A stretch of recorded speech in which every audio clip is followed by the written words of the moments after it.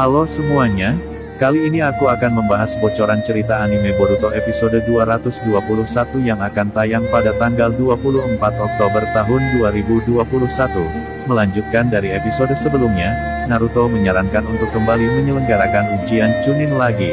Ujian ini akan dilangsungkan di desa Konoha. Tujuan pengadaan ujian Chunin ini salah satunya untuk memberikan hiburan pada warga Konoha, agar mereka tidak panik setelah insiden kedatangan Ishiki beberapa hari sebelumnya. Boruto dan juga semua teman seangkatan geninnya ini, berkumpul untuk dipromosikan sebagai Chunin. Sekarang adalah saatnya untuk memamerkan hasil latihan keras mereka selama menjalankan misi di timnya masing-masing. Semua orang sangat antusias dan termotivasi dalam keikutsertaan ujian Chunin. Dalam cuplikan preview di sini juga memperlihatkan Boruto yang bertemu dengan seekor ular megalodon raksasa. Tampaknya Boruto sedang dalam bahaya. Di sini belum jelas apakah ini ular liar atau justru ular milik Sasuke, karena tampilannya mirip dengan Aoda. Dari sini Mimin mempunyai asumsi bahwa Boruto mungkin saja akan diculik ular raksasa itu, dan secara tidak sengaja akhirnya Boruto belajar Sage mode ular di Gua Ryuchi. Pengendalian Sage ular ini mungkin bisa saja membuat Boruto bisa menekan dan mengendalikan kekuatan karma dan menghentikan proses otsusukifikasi pada tubuhnya. Ini tentu sangat diharapkan kita semua. Sekali lagi, ini hanyalah teori Mimin, namun perlu diingat segala hal bisa saja terjadi, mengingat dalam cerita Naruto dan Boruto banyak kejutan-kejutan yang terjadi. Jika kita ingat dahulu, kisah awal mula Jiraiya belajar Sage mode, awalnya dia sedang belajar jurus Uchiyose, tapi secara tidak sengaja membuatnya terseret ke Gunung Myoboku. Mungkin saja Boruto juga sama mengalami kejadian tak terduga yang membuatnya masuk ke dimensi Gua Ryuchi. Tentunya ini akan sangat menarik jika Boruto belajar Sage mode ular. Teori alternatif lainnya, ular raksasa yang terlihat di preview itu memanglah Aoda, dan jika benar itu Aoda maka kemungkinan ini adalah rencana yang diam-diam Sasuke lakukan. Mengingat di episode 220, Naruto dan Sasuke sempat berdebat tentang penanganan yang harus segera dilakukan terhadap Boruto. Sasuke menganggap Naruto ini tidak tegas kepada Boruto, untuk itu maka Sasuke melakukan jalan pintas untuk menyelamatkan Boruto dengan diam-diam menyuliknya menggunakan Aoda, agar Boruto belajar Sage ular di Gua Ryuchi. Hal ini Sasuke lakukan sebagai seorang guru untuk menyelamatkan murid kesayangannya itu akan lebih baik daripada tidak melakukan apapun dan hanya bergantung pada obat milik Amado yang belum sepenuhnya dapat dipercaya. Jika saja Boruto bisa mengendalikan Sage ular dan kekuatan karma dan ditambah lagi dengan mata Jougan, ini sangat amat luar biasa tentunya. Mimin juga berharap bakal ada plot twist yang bakal membuat penonton setia Boruto menjadi takjub. Oke, Mimin akan melanjutkan cerita dari manganya. Di sisi lain di sebuah tempat bersalju, terlihat Sitot yang akan memasuki sebuah markas milik Boro. Dua penjaga melarangnya masuk, namun akhirnya Sitot menghabisinya. Setelah menghabisi kedua penjaga yang melarang Kot untuk masuk, Kot lalu masuk ke dalamnya. Kot bertemu dengan seorang pria tua mungil. Pria tua ini bernama Bak. Bak terkejut melihat kedatangan Kot. Bak berkata, "Astaga, apa yang kau lakukan di sini Kot? Apakah ada tugas dari Jigen?" Kot menjawab, "Jigen telah mati, dan sepertinya Boro juga mati." Bak yang kaget bertanya, "Waduh, sebenarnya apa yang telah terjadi Kot?" Kot menjawab, "Banyak hal yang terjadi belakangan ini." "Oh iya? Bagaimana keadaan Eida sekarang?" tanya Sitot. Dari ekspresi wajah Bak terlihat dia menyembunyikan sesuatu sambil berkata, "Kau ini bicara apa?"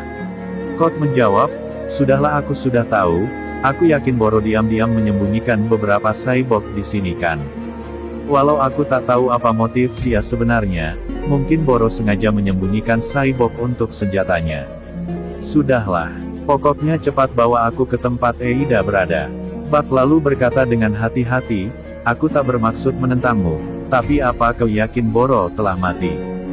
Jika kau berbohong aku akan..." Sebelum Bak selesai bicara Bak terlihat menjadi takut kepada Kot. Terlihat ekspresi muka Kot yang mulai marah karena Bak tidak mempercayainya. Pada akhirnya Bak pun menuntun Kot untuk masuk dan mencari keberadaan Eida yang selama ini diam-diam disembunyikan oleh Boro. Hingga sampailah di sebuah kapsul hibernasi, terlihat seorang gadis kawaii berada di dalamnya.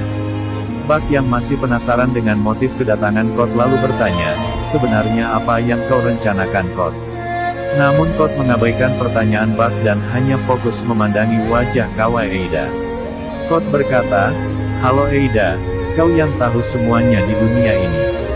Di sini memperlihatkan Eida yang sedang tertidur enak. Setelah itu, Kot terlihat kesal pada Boro sambil berkata, "Sialan kau Boro, kau telah melanggar perintah Jigen dan malah mengawetkan Eida di sini. Aku tak tahu apa rencanamu tapi itu sama saja mencari masalah dengan Jigen."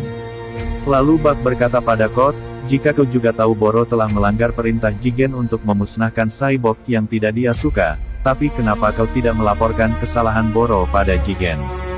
Bukankah artinya kau juga sama saja seperti Boro?" Kot menjawab, "Karena aku tidak yakin sebelum aku melihatnya dengan mataku sendiri. Ditambah lagi, jika Boro memancing kemarahan Jigen, akulah yang pada akhirnya harus menyingkirkannya, dan bahkan aku mungkin tak akan tega membunuh teman yang baik." Bak berkata, "Ya sudah terserah kamu saja." Lalu Kot berkata, "Ya, aku tak pernah menyangka jika akhirnya Eida yang dahulu seharusnya dimusnahkan sesuai perintah Jigen, justru sekarang ini dia akan berguna. Ayo kita bangunkan Eida, kita bicarakan ini nanti saja." Lalu Bak dengan terbata-bata berkata pada Kot, "Dengar Tot, aku sudah menuntunmu sampai ke sini, kau sendiri tahu bukan tentang kemampuan Eida." Kot berkata, "Ya Eida ini tahu akan segala hal di dunia ini bukan? Hanya itu yang ku dengar." Lalu Bak berkata, "Aku tak tahu apa rencanamu, tapi ada hal yang harus kau tahu, bahwa Eida ini tidak akan pernah bisa kau perintah dengan paksaan, dia itu sangat berbeda." Kot yang sudah tidak sabar mendengar ocehan Bak, lalu tiba-tiba mengeluarkan cakarnya. Dia pun segera menghancurkan kapsul hibernasi itu dengan cakarnya dan ingin segera mengeluarkan Eida. Bak yang kesal dengan tindakan Kot lalu berkata, "Dasar bodoh. Aku ini belum selesai bicara tentang kekuatannya." Lalu Kot berkata, "Sudahlah. Aku akan menanyakan langsung padanya saja. Jika Eida menentangku, maka aku akan menghabisinya." Perlahan-lahan Eida pun bangun dan berjalan keluar dari kapsulnya. Dan inilah dia Eida sang cyborg kara yang seharusnya dimusnahkan atas perintah Jigen sejak dahulu kala. Kot lalu dengan sopan berkata, "Selamat pagi Eida, namaku Kot, maaf telah membangunkanmu." Sementara Eida hanya terdiam dan berjalan perlahan.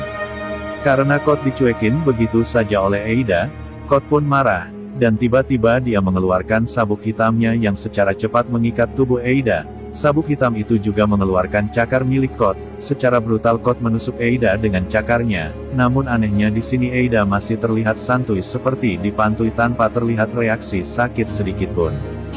Kot berteriak, "Jangan bergerak Eida. Kau bahkan mengabaikanku? Aku datang ke sini untuk berbicara denganmu. Tapi jika kau masih tetap mengabaikanku tak apa, aku akan membunuhmu sesuai perintah dari Jigen."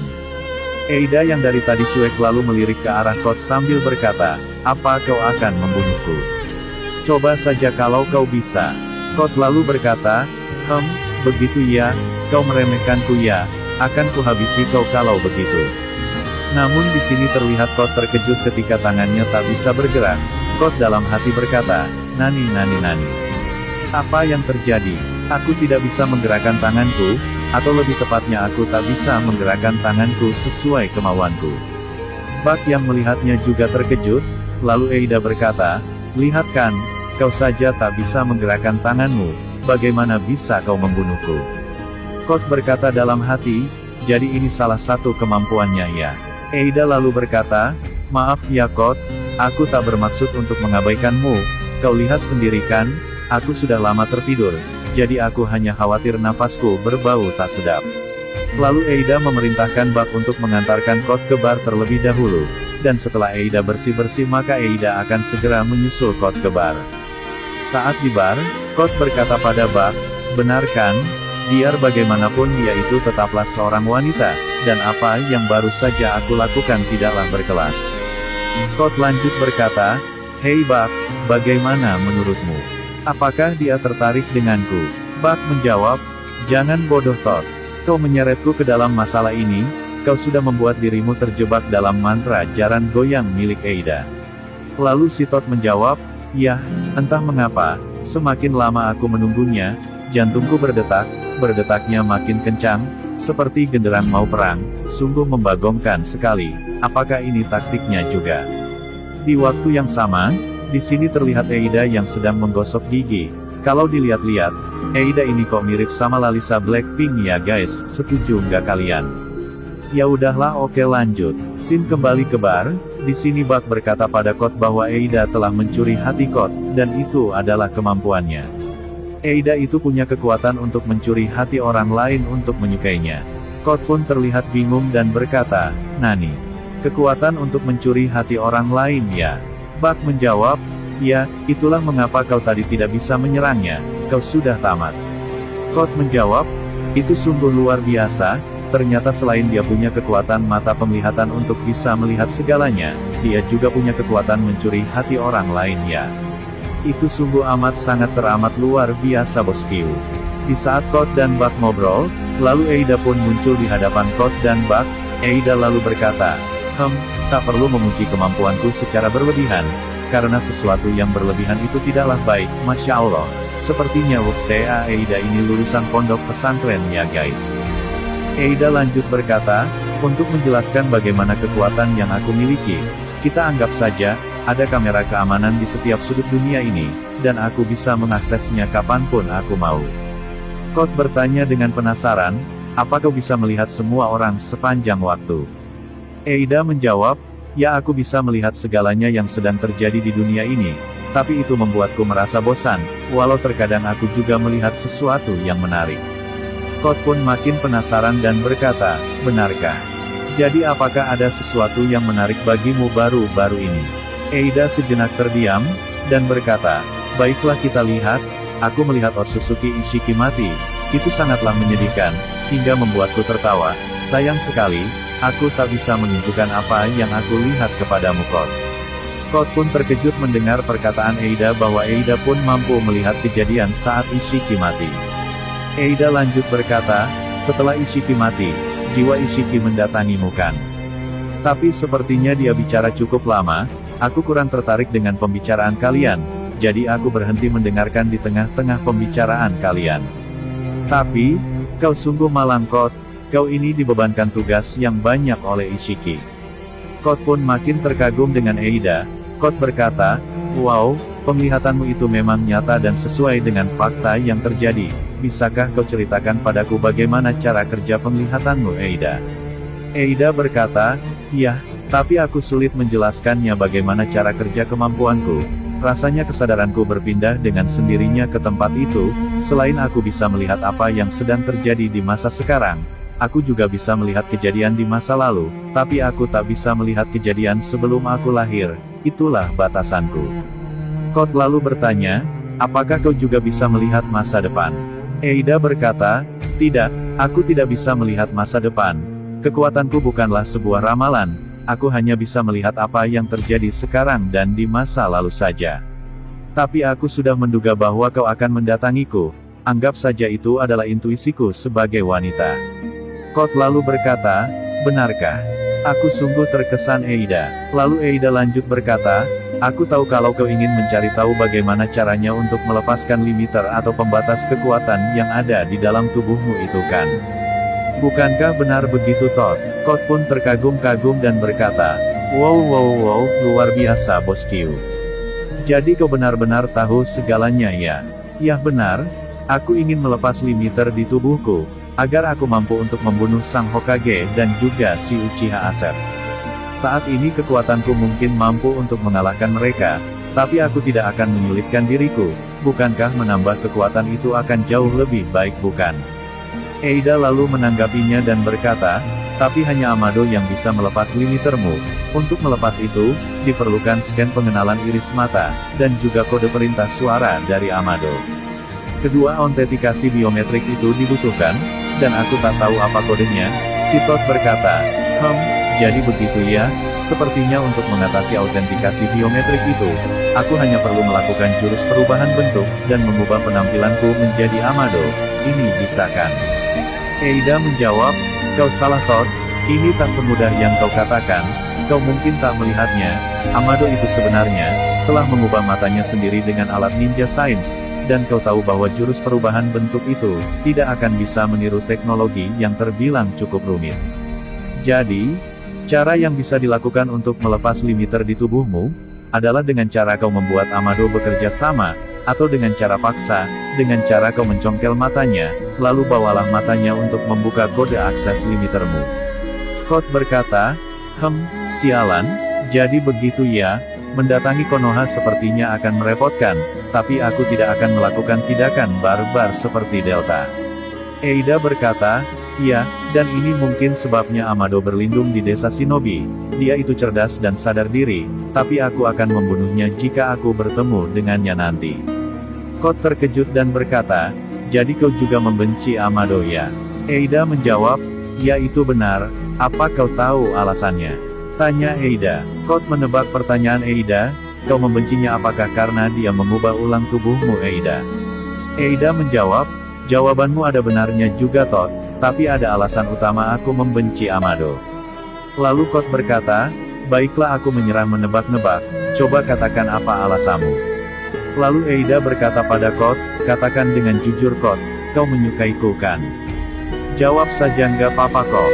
Code pun terkejut dan berkata, iya, entah mengapa aku jadi suka denganmu Eida, aku tergila-gila padamu sejak pertama kita berbicara, tapi di saat yang sama, itu membuatku berpikir, dan bertanya-tanya, tentang keanehan perasaan ini yang muncul tiba-tiba. Code lanjut bertanya pada Eida, jadi apakah benar ini salah satu kemampuanmu? Eida menjawab, pertanyaanmu tentang kekuatanku itu tidaklah penting. Code berkata, jangan salah paham dulu, aku tak membicarakan soal diriku, tapi aku hanya ingin tahu bagaimana kemampuanmu, itu karena kita ini akan menjalin kerjasama. Eida menjawab, kau ini tak tahu apapun Code, itulah mengapa kau ini tak berguna. Kemampuanku ini tak hanya terbatas padamu saja, semua orang akan terpikat denganku, baik pria maupun wanita, entah siapapun mereka. Kemampuanku itu justru membuatku merasa kesal. Karena kekuatanku secara otomatis memaksa orang lain untuk menyukaiku, itu sebabnya aku membenci Amado. Amado telah merenggut cinta sejatiku, dia telah memodifikasi kekuatanku hingga menjadi seperti ini. Aku tidak pernah tahu orang yang benar-benar menyukaiku, dan aku tidak suka dengan kemampuanku ini. Di tengah obrolan mereka, Buck lalu berkata, baiklah Code, sepertinya aku akan pergi sekarang, semoga kalian berdua berhasil. Lalu Code berkata pada Buck, lalu bagaimana denganmu Buck? Apakah kau tidak terpikat dengan Eida? Buck lalu menjawab, ya aku sama denganmu, tapi itu dulu. Lalu Eida berkata, Buck itu pemalu, jadi dia tidak menunjukkannya, dia juga pengecut, kurasa dia itu takut, itu menarik. Code berkata, oh jadi begitu ya, kurasa aku sekarang paham, alasan kenapa Boro melanggar perintah Jigen dan tidak memusnahkanmu, jadi dia telah terpikat denganmu ya Eida.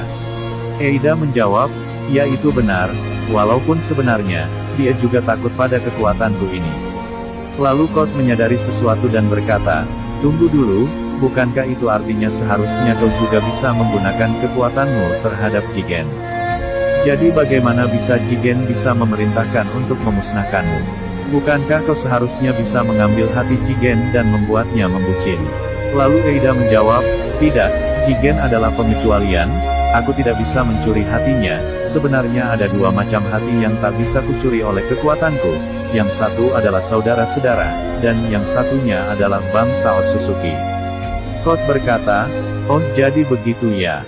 Eida lalu berkata, hei Code, bukankah si bocah Kawaki itu juga termasuk Otsutsuki bukan? Code pun terkejut Eida membahas soal Kawaki, lalu Code berkata, ya benar, walau dia belum menjadi Otsutsuki yang sempurna, sepertinya dia masih memiliki potensi untuk memiliki karma. Lalu Eida berkata, aku melihat kejadian saat menjelang Ishiki mati. Ishiki mati karena wadahnya sendiri, saat aku melihat kejadian itu, membuatku tegang-tegang gimana gitu, dan entah mengapa hatiku berbunga-bunga. Kejadian itu membuatku sangat kagum pada Kawaki. Lalu si Todd berkata, ya memang benar itulah yang terjadi. Kau mungkin benar, kekuatanmu tidak akan berpengaruh pada Kawaki, kau akan bisa memiliki hubungan yang normal dengan Kawaki, dia mungkin bisa menjadi pangeranmu yang sesungguhnya. Lalu Eida berkata, iya, tepat sekali, sepertinya kau sudah mulai mengerti maksudku ya Todd. Lalu Code berkata, kalau begitu, hal yang sama juga akan berlaku pada Uzumaki Boruto, dia juga mengalami Otsutsukifikasi karma, jadi Boruto juga memenuhi syarat untuk menjadi pangeranmu Eida. Eida lalu berkata, Boruto ya. Sabi juga nih, dia juga imut, tampan, dan pemberani. Eida lanjut berkata, lalu bagaimana dengan rencanamu Kot? Bukankah kau juga butuh makanan untuk ditumbalkan ke judi untuk menumbuhkan pohon ciprukan? Kot menjawab, jadi apakah kau tidak apa-apa, jika salah satu kandidat pangeranmu dikorbankan untuk judi? Eida pun menjawab dengan santuy, ya slow ailah nap, lagian aku cuma butuh salah satu di antara mereka. Sementara itu, Bak yang diam-diam merayap, masih mendengarkan obrolan mereka, lalu dalam hati berkata, kedengarannya ini hampir seperti transaksi perdagangan manusia, mereka benar-benar sudah gila. Lalu Eida berkata pada Kot apa yang sedang dia lihat, bahwa saat ini para kage telah melakukan rapat besar, para kage sedang membicarakan Kot, dan berniat untuk mencari dan menghentikan rencana Kot. Aku bisa melihat dan mendengar semuanya, tapi jangan khawatir, kau tidak akan pernah tertangkap. Kot menjawab, baguslah kalau begitu, aku mempercayaimu seutuhnya Eida, baiklah. Untuk menyambut tujuan kita berdua, bagaimana kalau kita, terlebih dahulu bersulang minum es teh Sisri gula batu, sekali lagi kuucapkan, senang bertemu denganmu Ukti Eida. Eida menjawab, ya, begitupun juga aku Kot, aku mengandalkanmu Tot. Nah itu dia bocoran cerita anime Boruto episode 221, kalau kalian suka video di channel ini, boleh dong klik like dan subscribe-nya, biar kita bisa ketemu lagi ya Tot. Akhir kata, terima kasih banyak, dan sampai jumpa di video berikutnya.